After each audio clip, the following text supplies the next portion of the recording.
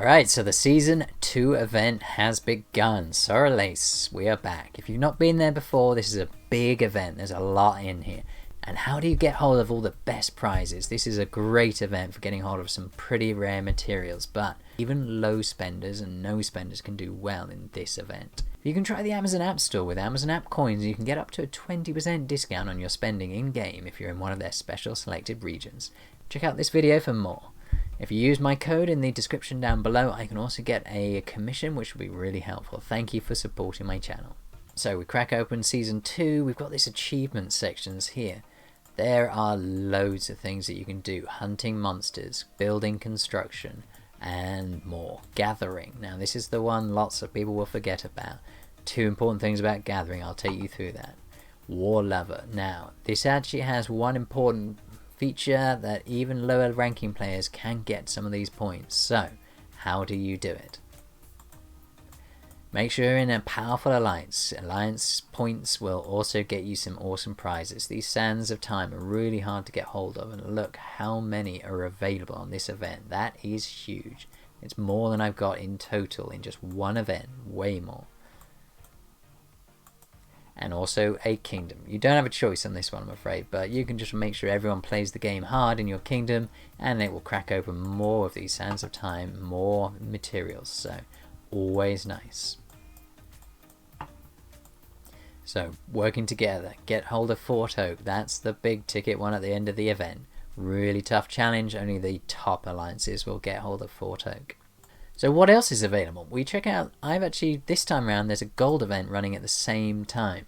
Now the gold event, we'll see if there's a kill event at the end. If there previously, when there was a kill event, they didn't actually open up the realm where you're behind your safe space, so the kill event was basically tile trapping and not super exciting, so we'll see what happens this time.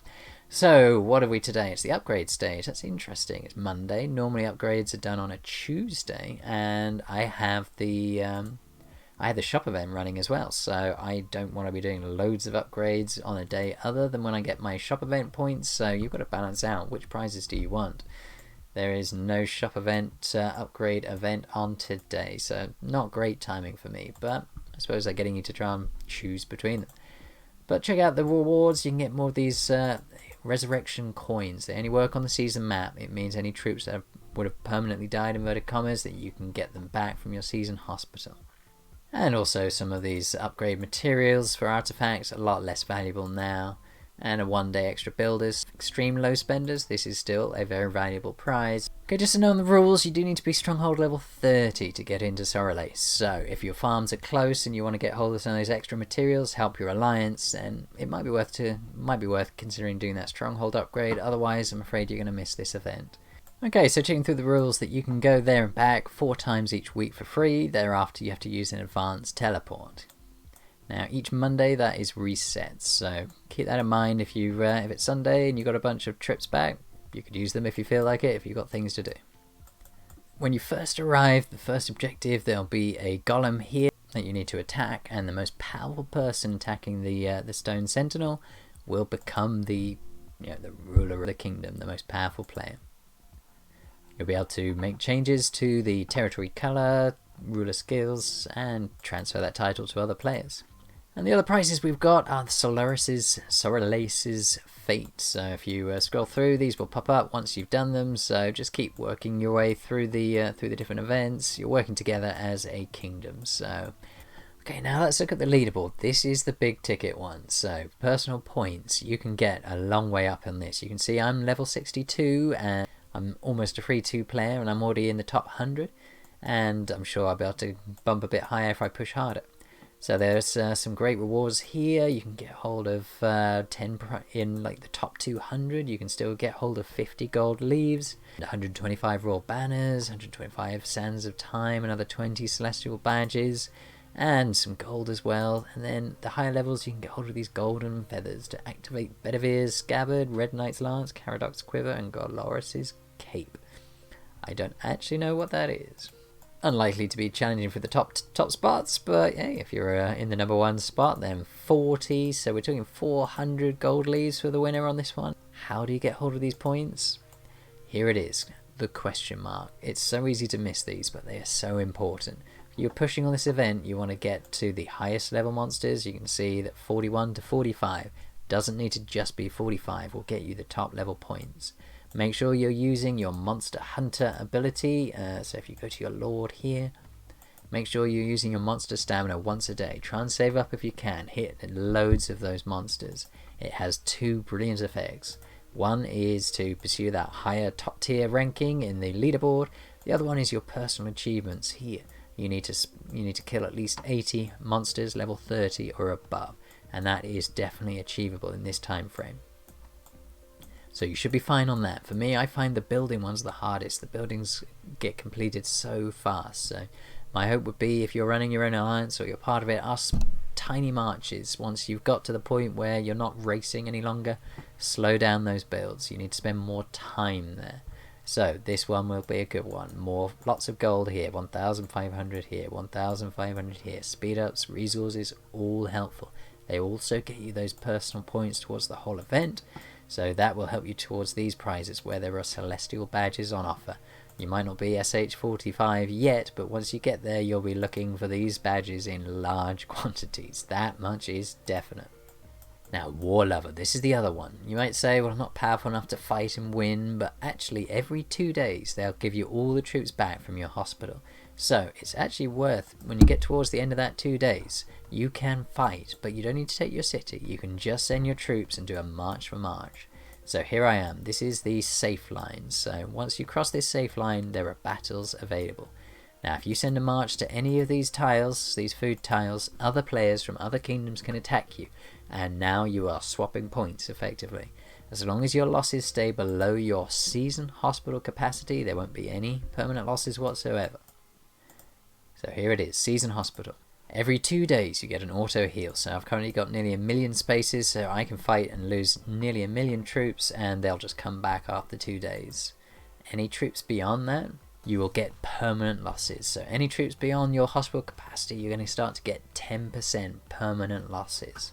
Now they will die, but those who are in that 90% that's left, you can get them back using resurrection coins. Now these are available in the gold event, so if you are fighting a lot, that's when joining the gold event is a good idea. Now you can resurrect those troops and bring them back. I would say for the smaller spenders, lower spenders, try and stay inside of your hospital capacity. Then all your losses are free. Every 2 days you can send a march to that tile. Now, other interesting thing about sending marches into the plains here is if you are in your own alliance territory, nobody can speed hit you. So they've got two choices. One is bring their city in, hit you from there. Really dangerous. Once they're in this central zone, anybody can attack them. They could take massive losses. So unless they're a real power hitter, most people won't or should not go into this area. Now, if they're not speeding, that means that they're going to have to spend 10-15 minutes getting to you. That's actually, for me, a really nice feature for lower spenders, because the big spenders, not quite so patient. They're more likely to jump in and fire off some shots.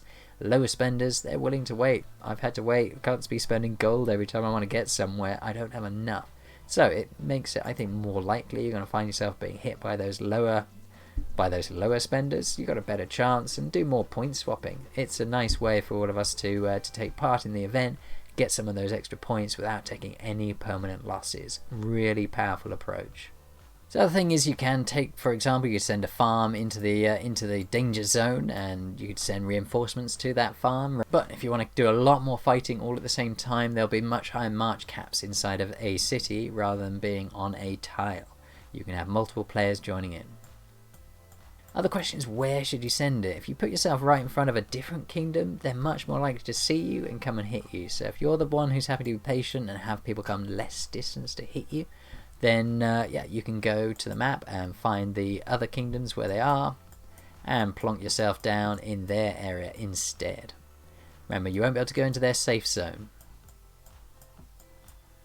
So you won't be able to teleport into their safe zone or send troops into their safe zone. If I try and occupy here, you can't go into the target area. It is protected. But you can go and do a march to the tiles outside. So you can put yourself where you're really obvious. It's up to you where you want to go. Okay, so what are the other ways to get points in this event? So you're hitting those higher level monsters. You're using your troops. You're using your stamina saving approach. You can also make sure you're hitting barbarians regularly. There's an event for barbarians, so make sure you hit that minimum quantity. Killing enemy soldiers. So here it is. We're not just getting points for the standard event, we're also working towards that leaderboard. So better troops, more kills, loads of points available there. The other one loads of people will miss out on. Gather resources. It's not the most exciting thing, but you need the resources and you can get points towards this event, so really powerful. Okay, so let's check it out. So you should be sending marches out on a regular basis for doing gathering.